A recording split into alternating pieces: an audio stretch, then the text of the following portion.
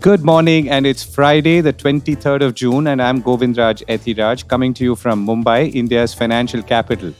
Our top reports of the day: Musk can set up a car plant, a battery company, an internet service. Hold on. An India logistics story: how ice cream travels from Pune to all over the country. The only thing Byju can teach is how not to run a company. The rains are delayed, but don't panic yet.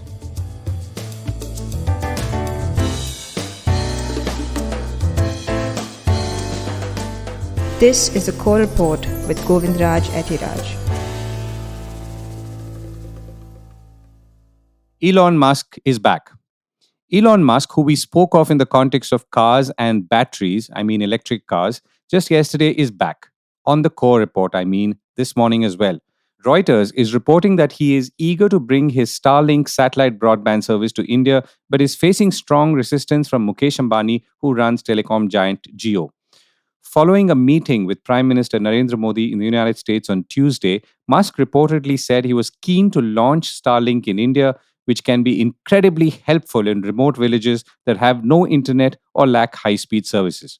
Of course, Reliance and Airtel, run by Sunil Mittal, among others, also want to be equally, if not more helpful, in entering this segment.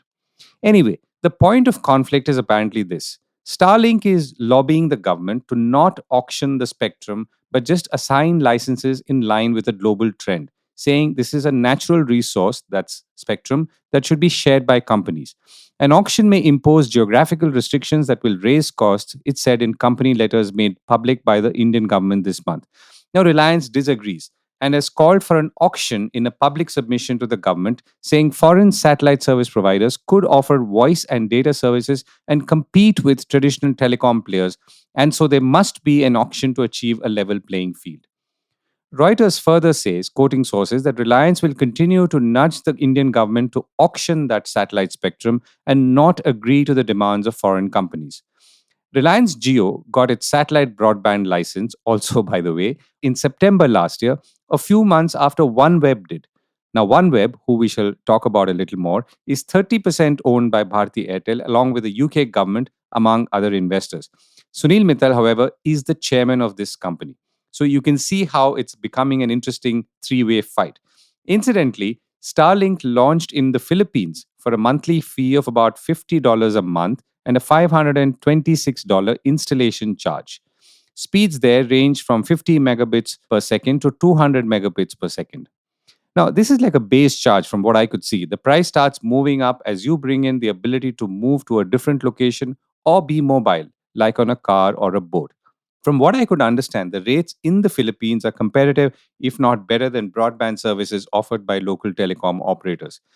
But the ostensible pitch is similar from what we heard Musk say, targeting parts of the country where internet access is low. Now, that does make some sense in the Philippines, which is pretty dispersed over 7,000 islands.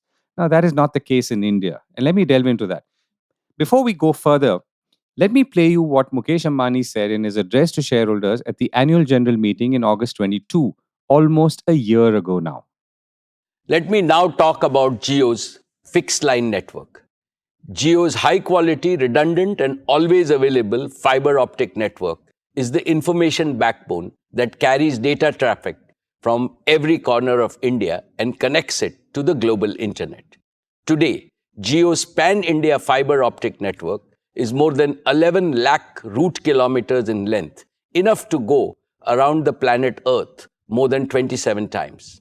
Over the past year, we also saw acceleration in the adoption of Jio Fiber, with 2 out of every 3 new customers choosing Jio Fiber. Jio Fiber is now the number 1 FTTX service provider in India with over 7 million connected premises, a feat achieved in less than 2 years despite COVID lockdowns. So you get a sense on what's already been laid on ground by Jio, which will drive what is on ground as well as over ground or wireless. Now let's see what he promised he would roll out this year, notably 5G. Using 5G technology, we can now deliver breakthrough increases in broadband speed, network capacity, and number of connected users while dramatically reducing latency.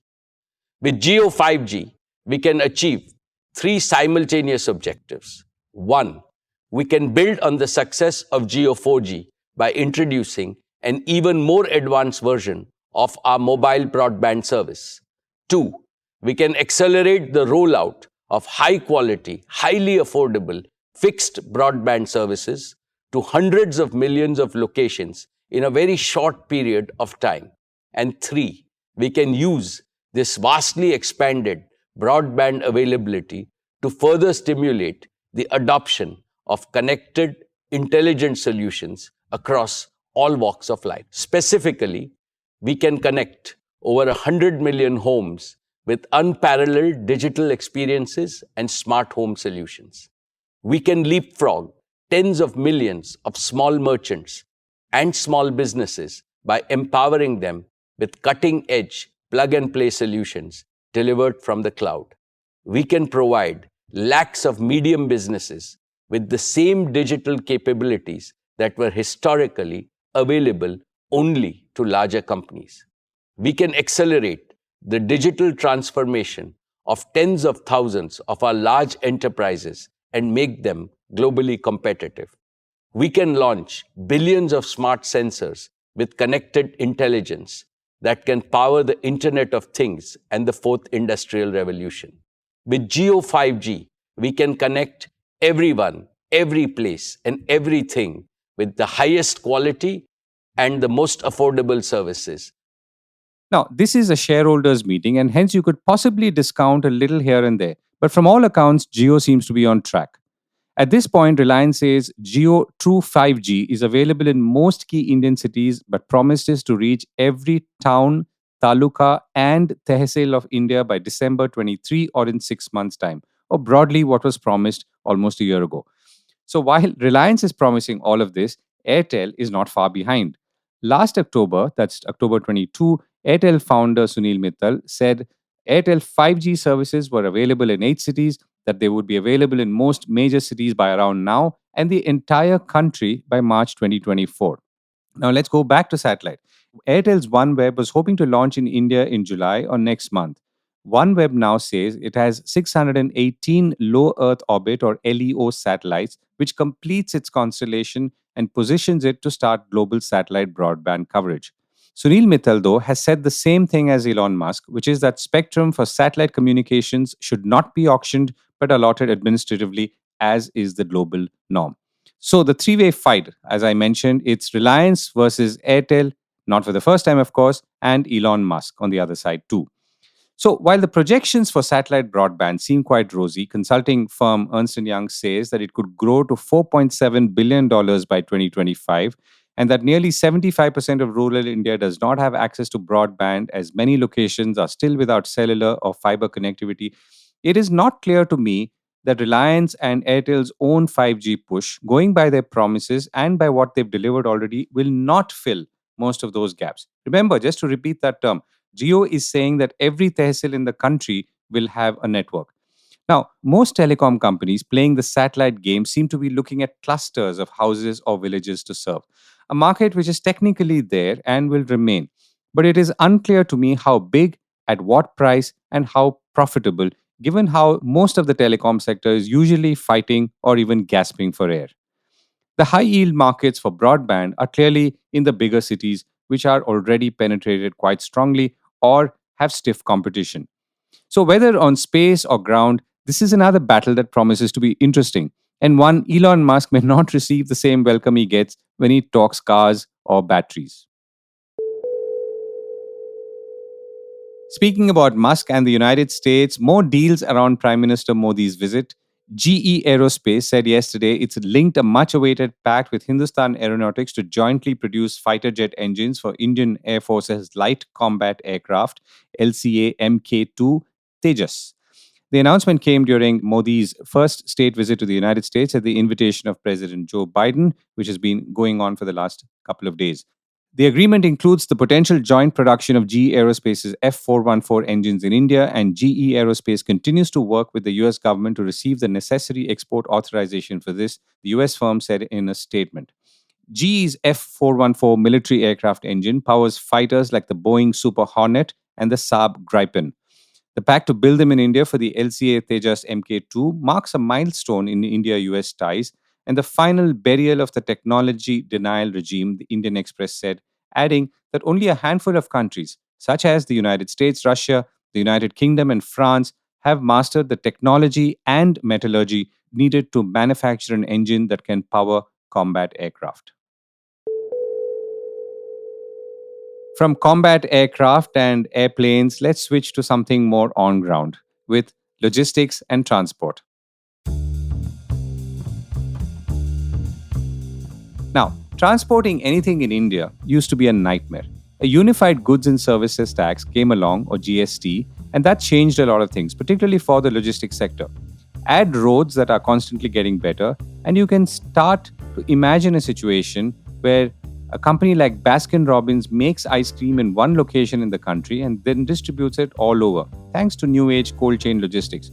I always remember in my interviews at Hindustan Unilever that cold chain infrastructure, or the lack of it, was always considered a big hurdle in the growth of the food processing industry, including the effective storage of fruits and vegetables. Most of those problems have not been resolved, at least to the extent that we would want to, but an efficient cold chain transport system is definitely freeing up some of the cogs in the wheel, as I found in my conversation with Sunil Nair, CEO of Snowman Logistics, one of India's leading cold chain warehousing and transport companies. Here he speaks on Baskin Robbins as we now focus on the journey of an ice cream cup. So we do national distribution. So let me just take one example. So let's take Baskin Robbins ice cream. It is manufactured in Pune. It moves in boxes to various cities where we have our cold storages. So we move it in refrigerated trucks. These are typically large 32 feet refrigerated trucks. We move it, let's say, for example, we move it to Chandigarh. So the particular truck will go to Chandigarh. It will be unloaded in our cold storage, and then it is kept at minus 20 degrees centigrade. And then, as per the requirement, the ice cream parlors or the distributors of Baskin Robbins, we go and deliver it to them. These are all boxes till then. And after that, they supply it to the small shops. We supply it to the ice cream parlors. There are two types of ice creams that we supply. One is the typical tubs, which are, small cups. Or we supply the bulk also, 4-liter bulk, from where they serve the scoops. So this is the complete journey throughout which the minus 20 degree or below that the temperature has to be maintained. And then it comes into the hands of consumers. And what's the furthest distance your trucks are going, at least in the context of Baskin Robbins? In the context of Baskin Robbins, I would say that it must be going to Imphal. Imphal would be the farthest. And how long would that take? It will not go straight to Imphal. It will go to Siliguri, and from there it will get further transported. So if I see a complete journey, it would take anywhere between 12 to 15 days. In one direction? In one direction, yeah. Okay, so you're saying that ice cream has to be preserved at minus 20 for 12 days as it's moving? Absolutely, yeah. And you mentioned Chandigarh. How long would that take? No, from Pune to Chandigarh only, it will take 4 days. Then it gets stored for a couple of days, and then it gets supplied further to the distributor or parlor, and then it goes in the hands of consumer. So when I talked about Imphal, I'm talking about reaching it in the hands of consumer. Byju's, what not to learn from the teacher. Byju, the Edtech company's biggest lesson, appears not to be to the students who buy its course materials, rather on how not to run a company, at least from a corporate governance point of view. In a latest development, its statutory auditors, Deloitte Haskins and Sells, have reportedly resigned due to the delay in the company's filing of financial results. Business Standard is reporting that in a letter to the board members of Think and Learn Private Limited, the parent company of Byju's, Deloitte said, the financial statements of the company for the year March 31st, 2022 are long delayed. We have not received any communications on the resolution of the audit report modifications in the respect of the year ended March 31st, 2022, the status of the audit readiness of the financial statements and the underlying books and records for the same year ended March 31st, 2022, and we've not been able to commence the audit as on date. Meanwhile, the Economic Times reported, quoting sources, that 3 of Byju's directors had resigned, including investors representing Peak XV Partners, formerly Sequoia Capital, Prosus, and Chan Zuckerberg. The company, that's Byju's, has however denied these resignations. Maybe the directors have quit, like proverbial, well, independent directors deserting a sinking ship, or maybe not. After all, the thing that investors usually do in situations like this, if they can, is to bring about some change in management or take control. Be that as it may, elsewhere, Byju is battling lenders and essentially saying it can't pay up. And we are talking about loans. And more people, and thousands of more people, have been laid off. The destruction of capital at $6 billion is actually mind-boggling. A good part of it is unlikely to be recovered as things stand today unless some major changes are effected. Because if nothing else, the management seems to have lost the confidence of one and all. The distortion caused in the job market is much worse by hiring and then firing. Byju's is of course not the first. One just hopes it's amongst the last, at least for the sake of the thousands still holding on to jobs in firms where the business case for their very existence is questionable. Before I go, the monsoons are delayed as you must be reading all over. The delay is in itself not troublesome, except that the anticipation of what that delay can do is already causing some stress and causing some prices to go up. Now, delays have happened before, but the combination of potential monsoon delays and an El Nino effect is something that's making everyone, including in the stock markets, a little jittery. There are several data points floating around, but I decided not to get into them because the synthesis of that data is important, as is the contextualization, because the data without context, for example, the number of districts without rain, can scare you. So I reached out to Madan Sabnavis, chief economist at Bank of Baroda, to do a status check as we go into the weekend on where we stand right now on the delayed monsoons and what we should or should not worry about. Okay, there are two things here, Govind, about the late arrival of the monsoon. One is that even in the past, we have seen that monsoons rarely begin on June 1st. It always tends to be towards the end of June or even beginning of July. A delayed monsoon may not necessarily mean that the kharif crop could get affected because it's quite possible that the monsoon would intensify in the months of July and August. And as long as we have a proper monsoon season that is for each and every crop, things could remain rather normal. Now, this said, I think we should also remember that since there is very definite talk about El Nino happening or developing in this particular season, there could be prolonged dry periods during the course of our traditional monsoon season, which means that there could be certain disturbances in terms of rainfall across different regions in India.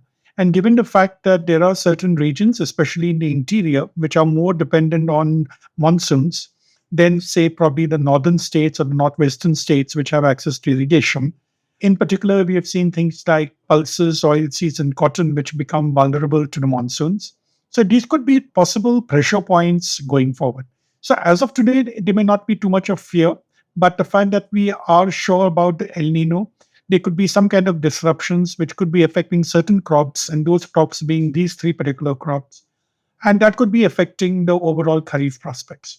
Also, given the fact that monsoons are beginning late, there's a possibility of farmers switching crops, which means that the entire matrix of crops could change, where farmers who traditionally grow rice could probably go in for millets because that requires less water for a shorter period of time. So these are possibilities. As of today, it's only fears or sentiment. We can't really say for sure that output will be lower, but definitely these are concerns in the market, which we are seeing today. And last question, Madan. So this is the agriculture side of it. If assuming some of these fears come true, what is the follow-on effect that one can expect or anticipate? See, the follow-on effects which we see will be in terms of possible shortfalls in certain crops, which could be having an impact on prices and hence generalized inflation. For example, we have seen pulses, tur, moong, and urad. These are the three major kharif crops which are grown. Prices have started moving up in the market, even though we had a very good season last year. And typically, these crops are grown once a year, and the produce is made available for the following 12 months until such time that the new crop comes in.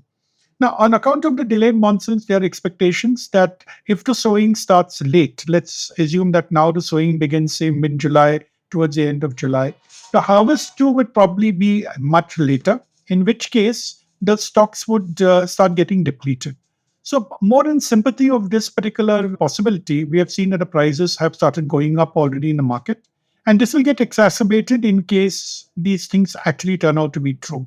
So we have already seen the impact on prices of pulses, which is getting reflected also in my CPI index, where pulses inflation has been increasing in the last 3-4 months ever since the news of the El Nino came through. Today we're running at roughly around 6.5%.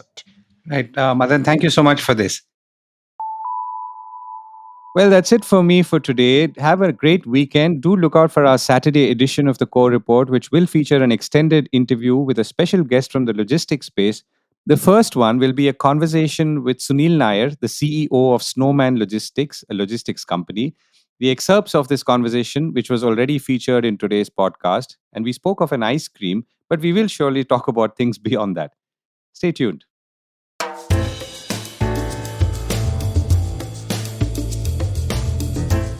This was the Core Report with me, Govindraj Ethiraj.